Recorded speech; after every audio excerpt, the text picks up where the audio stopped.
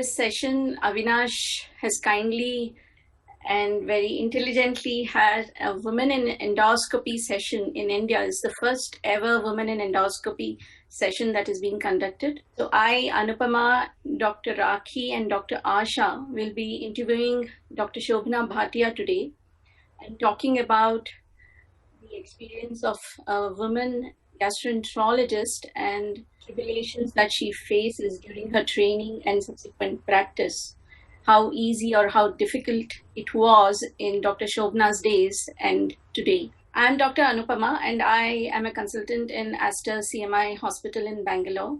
Dr. Rakhi Maiwal is an additional professor and a consultant in ILBS, Delhi.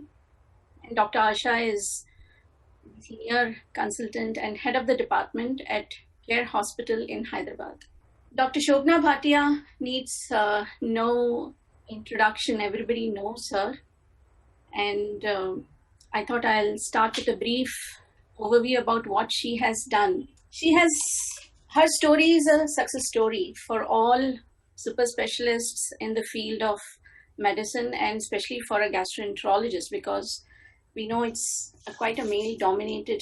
And after completing her training in medicine, she took some time, I presume, to enter the field of medical gastroenterology, which she says has really helped her. And after that, there was no stopping her. Over the last 24 years, 25 years, she has headed two academic institutions in Bombay, Nair and KEM, and has been the so-called priestess of GI motility in India. She's really brought the GI motility to the forefront.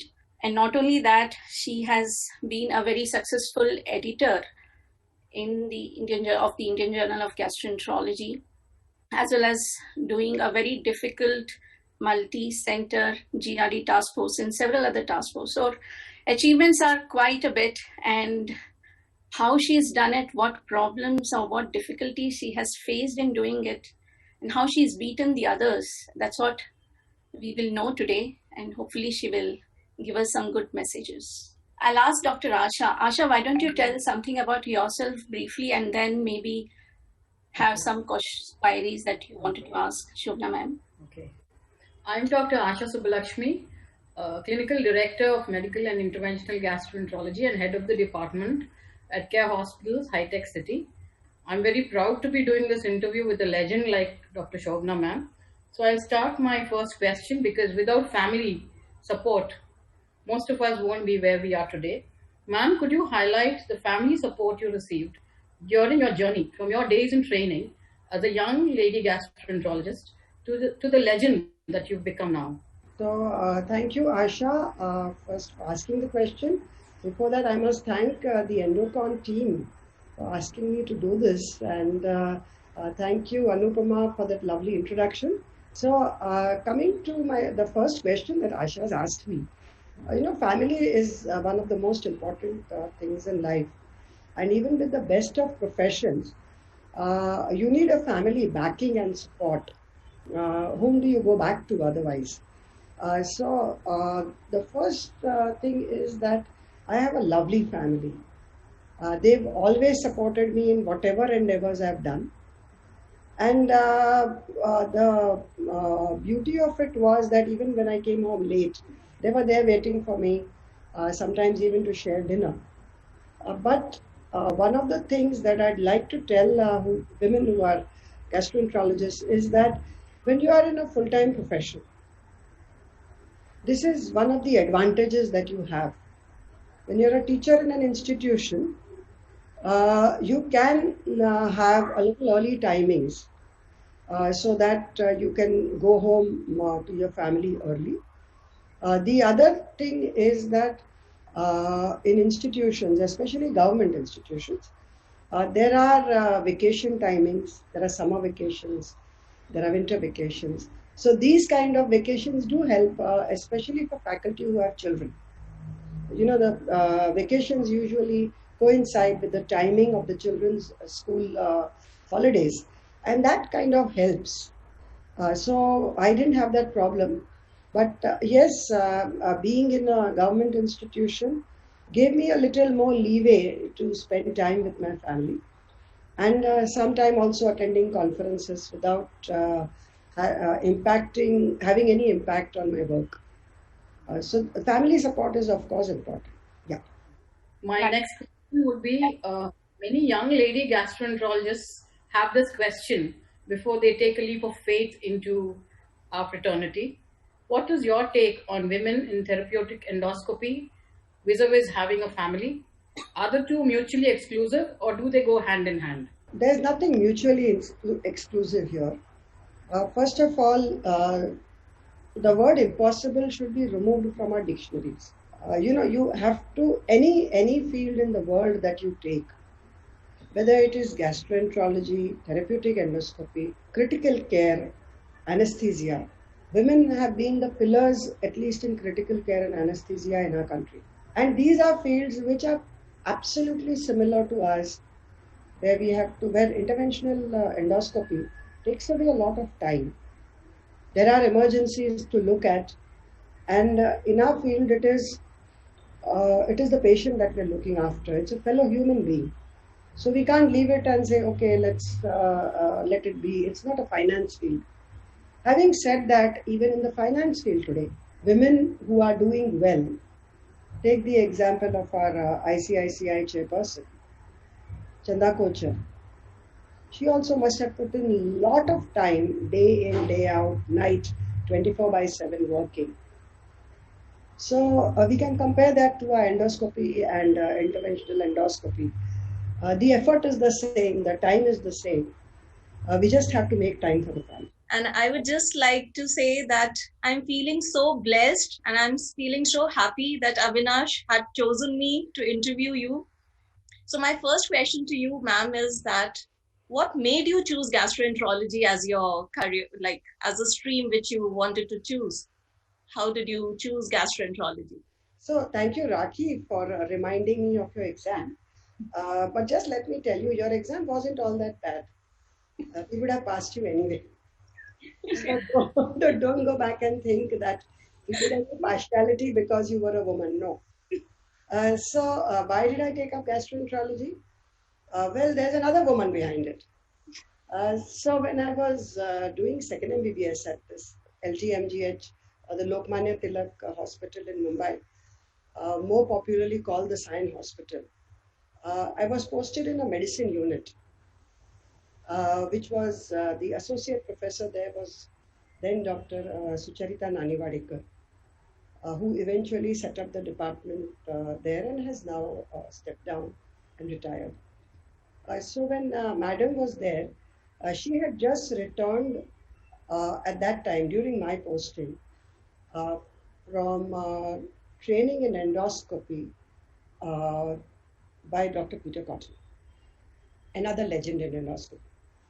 So when Madam got her endoscope and she said that today I'm going to do the first endoscopy of the department of the hospital, and we had a patient to check the esophageal varices. So believe it or not, finding the vein in that patient to put the IV line took more time than the actual endoscopy. And Madam was very insistent that this is a therapy, this is a interventional procedure, so the patient has to be sedated. And for the first time, I saw varices through an endoscope, and I was enamored with looking at the varices and comparing them to the barium picture that was put up to show varices. Madam said, see, these are large varices on barium, and you can see these varices on endoscopy. Today, we don't do barium to check for varices, of course. So that was the beginning. Then eventually I took up MD in medicine. By then, Dr. Naniwadekar had a separate unit. During my MD training, I did not work with her.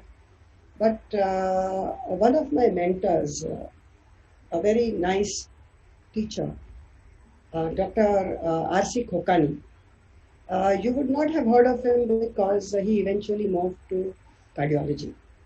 So he did his GI training with Dr. Misewicz in London and then came down with the endoscope. But due to some circumstances, he could not start the gastroenterology department at Lokmanya Tilak. And he asked Dr. Nani Vadekar to use his endoscope. Very generous of him. So during my rounds with him, I spent 1 year during my MD years. During my rounds with him, quite often I found that he would delve into the depth of gastroenterology. He taught us how to do rigid sigmoidoscopy in the medicine ward. Today, none of the medicine residents will ever touch a sigmoidoscope. And would, of course, doing a PR is beneath the dignity of medicine resident. It's only when they come into gastroenterology or surgeons are supposed to do that. So he taught me all that. And it was indeed a blessing, the way that he taught us, that I was enamored with the branch, not with endoscopy, but the GI branch.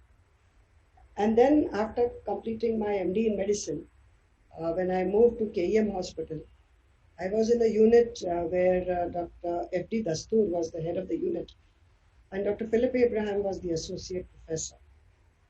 And in a parallel unit was Dr. Subhash Naik, who mentored me a lot in many things besides gastroenterology. And as Anupma pointed out, I took some time to take the plunge into gastroenterology because I was quite interested in doing intensive care work. So initially I was doing intensive care for 3 years after my MD, and then shifted to gastroenterology. And that's how I started in gastroenterology. Great to know that, ma'am. And it was a wonderful journey throughout, like how you got into this passion of going into gastroenterology. And what about motility, madam? How did you choose the motility as your major area? So I'll tell you, when I was just finishing my exams, like all other junior gastroenterologists, endoscopy looked nice as a field. But I had realized that eventually endoscopy is only going to be a tool to work with. It's your clinical acumen that's there behind. And by nature, I'm more interested in physiology than in endoscopy. And at that time, one of my colleagues, Dr. Molina Khanna, so I've worked with a lot of women in gastroenterology. So Molina and I were together, and while chatting, she said, if you want to go ahead, why don't you choose a field which nobody in India is doing? And that's when I chose motility to work with. Fortunately, at that time, our hospital had got the motility system. And then it was easy to go from there. What about your endoscopy suite, madam? Did you had your own endoscopy suite? So the endoscopy suite took some time. So when we were, I was in training, we had just about separated from internal medicine. And we didn't have a space of our own. We were sharing space with the surgeons. Like many other earlier endoscopy suites, which were located in surgery departments. So we were sharing our space with the surgeons. And eventually we were given a separate space in the hospital where we built a very small endoscopy suite, not realizing that endoscopy had a long way to go. So in the last 3 years that I was in KM, we got a grant from a Rotary Club, and they gave us a grant to repair the endoscopy area. And at that time, the then Dean, Dr. Avinash Supe, gave us about 3,000 square feet for development. And through this grant, we actually made a brand new endoscopy suite with 3 parallel endoscopy rooms, a recovery room, and which is completely networked. So now, of course, it's there. It's a beautiful place. But initially, it was those endoscopy rooms, which were kind of claustrophobic. If there were 4 residents standing there, you couldn't really teach them there, but that was the way it was. Lack of space is one of the things we have to work with. Ma'am, now that you have reached, a height, what do you think are the challenges that a female trainee could face, do you think? So my curiosity is like motility, hepatology, Raki's there. They sometimes kind of automatically select a female gastroenterologist. I mean, Asha is a pretty much experienced advanced endoscopist, but I don't know how difficult it was also for her, but these kind of non-interventional endoscopy are, I find a lot of my other female colleagues doing this. Is it because it is less kind of, they can distribute their time to the work as well as their family? Do you think this is some kind of an auto selection? Any thoughts on this? One of the disadvantages of any system is that women are expected to take care of the family.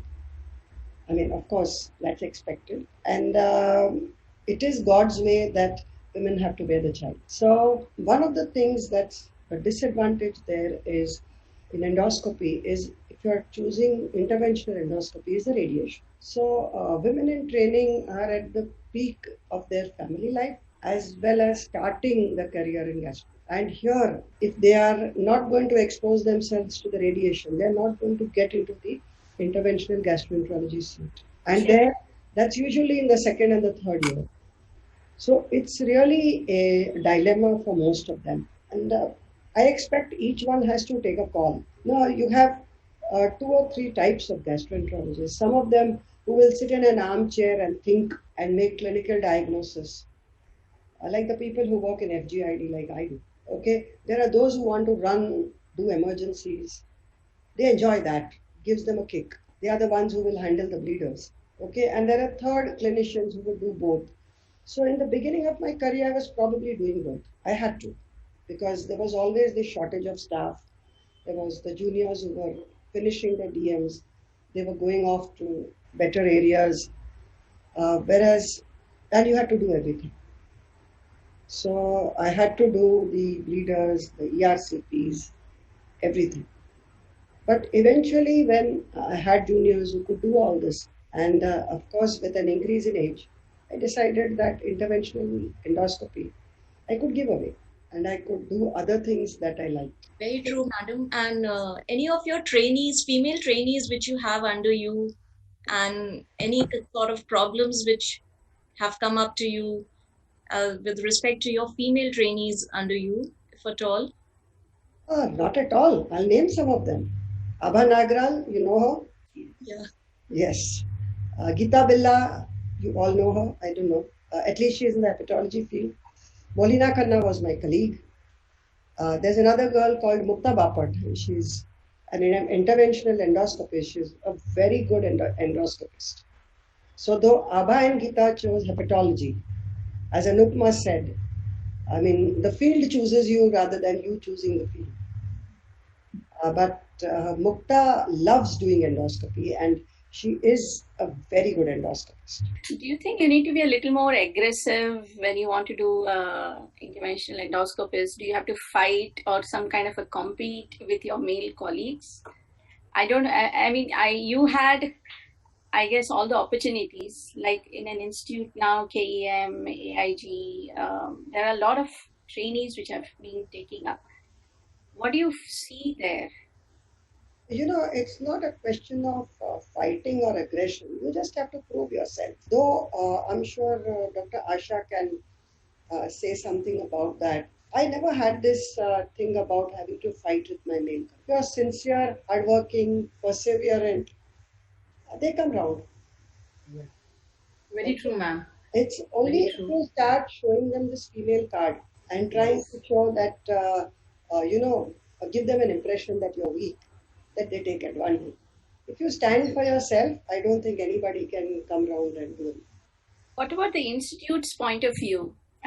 You've run 2 training institutes. You've been there, and now you're in Reliance. I'm sure they've also got some program. Has institute looked at it a little differently to the female trainees who take up the program? Not really, no.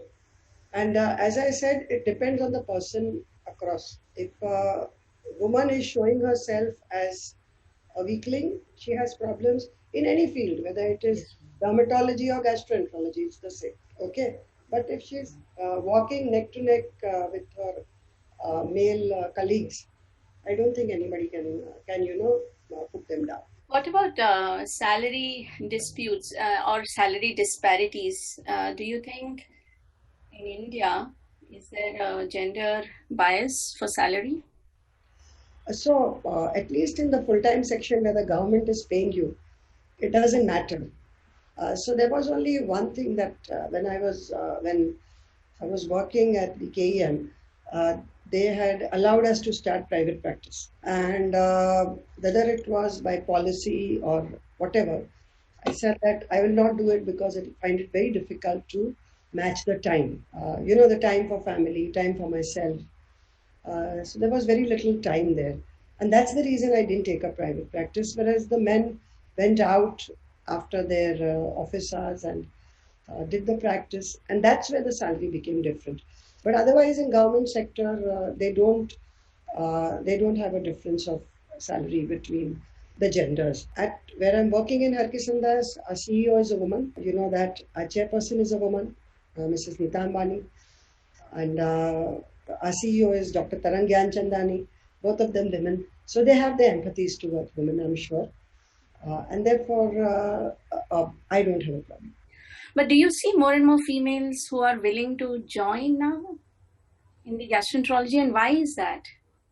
No, probably same thing. Like women are joining branches where they still have the family pressure. But women who understand that they want to do a particular branch, they will take it up. Not only gastroenterology, even cardiology. You see women in cardiology as well. And but if you look at the overall average, it's less than 10%. True. Which is sad. 12% also. Yes. And if you look at the number who joined, so when I joined as an undergraduate, almost 50% of my classmates were women. And when you get into internal medicine, it's still about 40-50%. But when you go into super specialties, especially like gastroenterology and cardiology, you find that very few women take it up. In the general postgraduate category, you find that anesthesia and teaching and paraclinical branches like microbiology, usually women take up those because of the free time for the family life. So it's the priority that you set for yourself. So I guess, yes, it's a combination of what support you get from the family, what are your inclination, how much opportunities you have. Yes. And how many opportunities you seize. Yeah. Yes, and it also depends on the correct mentor. Somehow I never. It's not that the cardiology department was bad, but I was never driven to look at cardiology as an option for myself, and which is one of the top branches today. The same was for onco. There were no opportunities, and pediatrics was something that I didn't want to do. So therefore, I took up this. It's not like by exclusion, but really by choice. And the two mentors that I had right in the early part of my career, that is Dr. Kokani and Dr. Nani Wadekar, made me feel that gastroenterology is a good branch to look at. And finally, when I was in KEM, as I mentioned, Dr. Subhash Naik was there, Dr. Philip Abraham was there. And that's when I took the plunge and took up gastro. Ma'am, could you tell us a little bit about the current field of research, area of research that you're doing? We've seen tons and tons of papers, very impressed with every aspect of your professional journey. And we've read so many of your papers, but could you tell me or tell us what you're doing currently in terms of research? So my current research is a combination. That means endoscopy is required, but there's more clinical part to it. Working on gastroesophageal reflux and Barrett. So Barrett's is something that how I got into it was another. For the gastroenterology task force when I started off, and when we were working on that, Dr. Pratik Sharma came over, and during a discussion with him, I got interested in Barrett. And then when they were looking at the Asian Barrett's Consortium, they needed some people from India.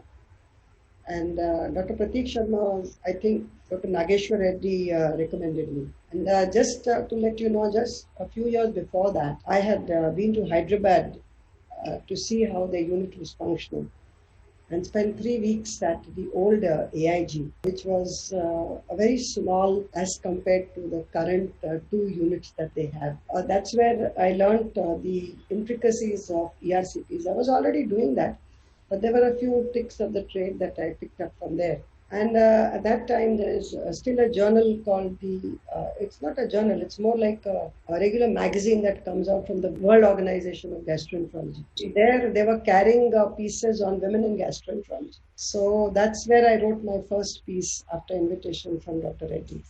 So that is a 2-page write-up, which you may find it on the website many years ago. I think you have told us passion is really, the most important thing, and that will take you really where you want to. All throughout my training and my work, I didn't have this feeling, that keep her away from everything. She's a lady. There was only one time I was given the Olympus J. Mitra Endoscopy Award at the Indian Society of Gastroenterology conference. I don't remember which year it was. It's many years ago. But when I came down from the dais and got that, after taking the certificate, there were 2 international faculty members sitting there, non-Indian women. Endoscopy, unheard of, isn't it? And they didn't realize I heard them. Ma'am, could you tell us a little bit about your non-medical interests? Any other passions like music or anything else you'd like to share with us? Yeah, I like to read a lot. Music is the other passion. Okay. I used to play the sitar.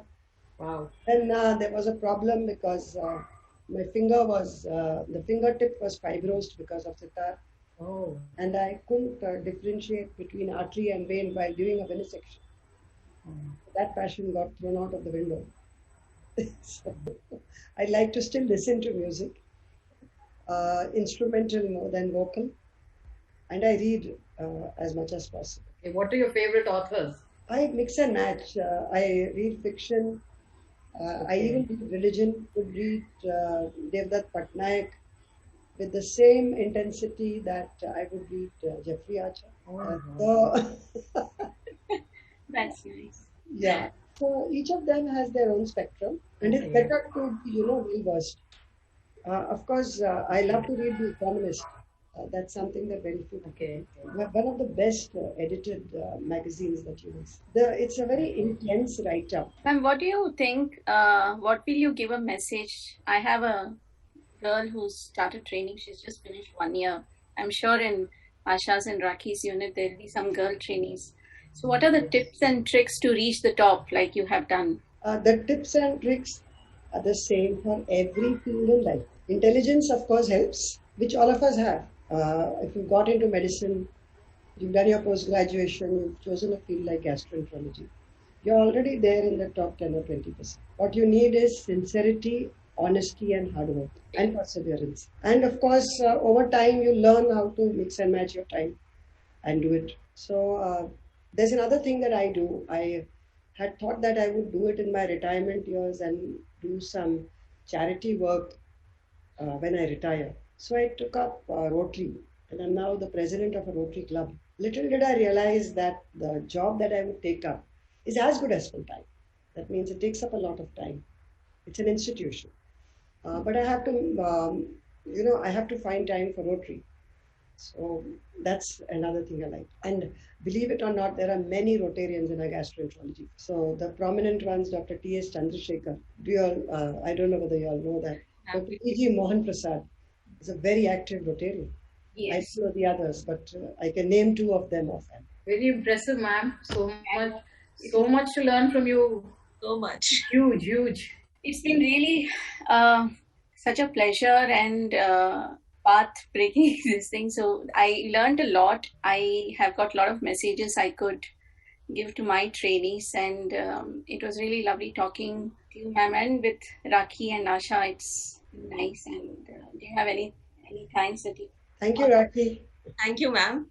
Thank you so much. Thank you, ma'am, for being such a huge inspiration to all of us and to the generation next.